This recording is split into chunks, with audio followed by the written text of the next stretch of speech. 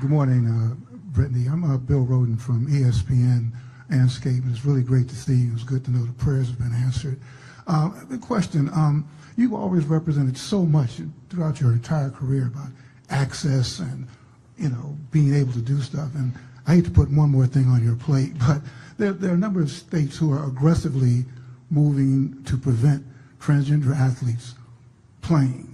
And I was wondering, again, I hate to put one more thing on your plate, but in terms of on your radar, where is that?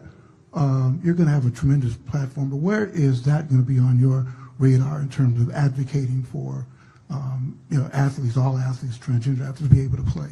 Oh, I mean that ranks high on the list of things that I'll be fighting for and speaking up against.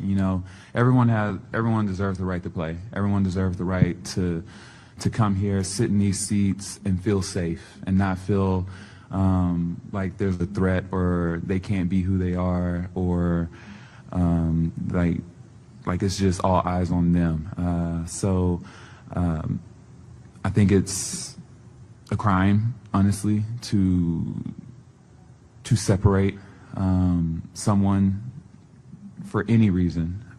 So I definitely will be speaking up against that legislation and those laws that are trying to be passed, for sure.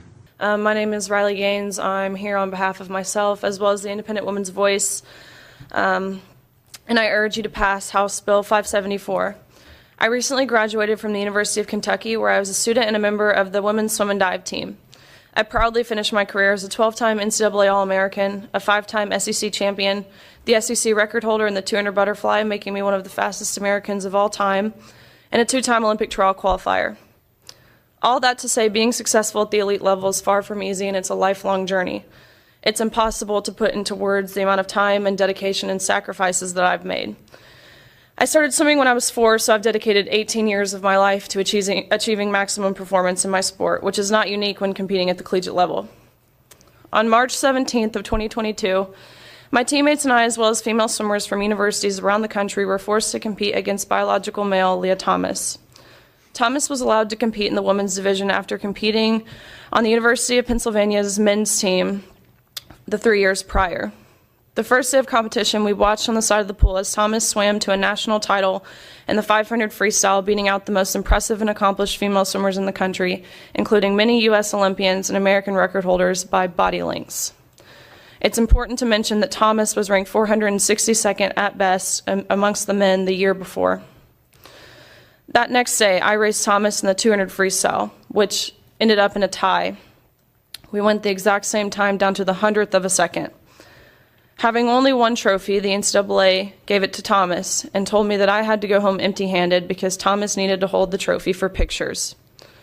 I felt betrayed and belittled, and like my efforts and sacrifices I had made had been reduced to a photo op to validate the identity and feelings of a male. But my feelings did not matter. But that is not all. In addition to being forced to give up our awards and our titles and our opportunities, the NCAA forced female swimmers to share a locker room with Thomas, a 6'4", 22-year-old male equipped with and exposing male genitalia in a room full of vulnerable, undressed women. Let me be clear. We were not forewarned about this arrangement. No one asked for our consent, and we did not give our consent.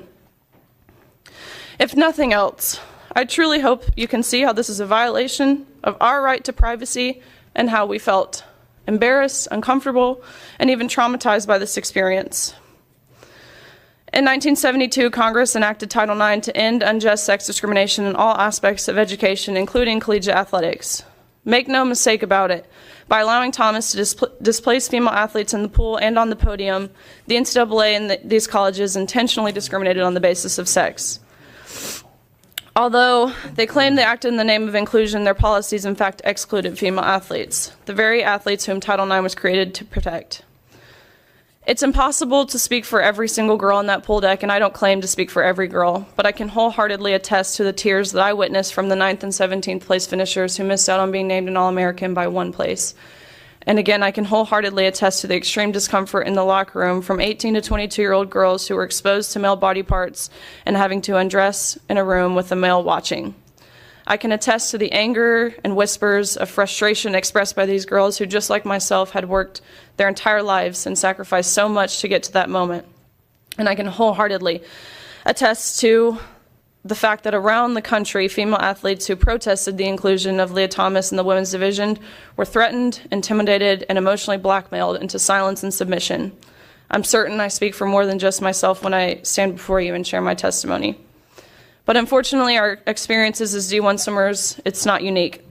The number of female athletes who have been denied opportunities, again, traumatized or hurt by these policies that claim to promote inclusion is growing at an alarming rate.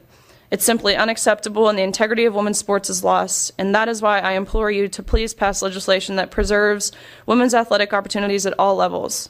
I appreciate the opportunity to share my experience, and I hope you consider the facts, the science, and the growing stories. Thank you.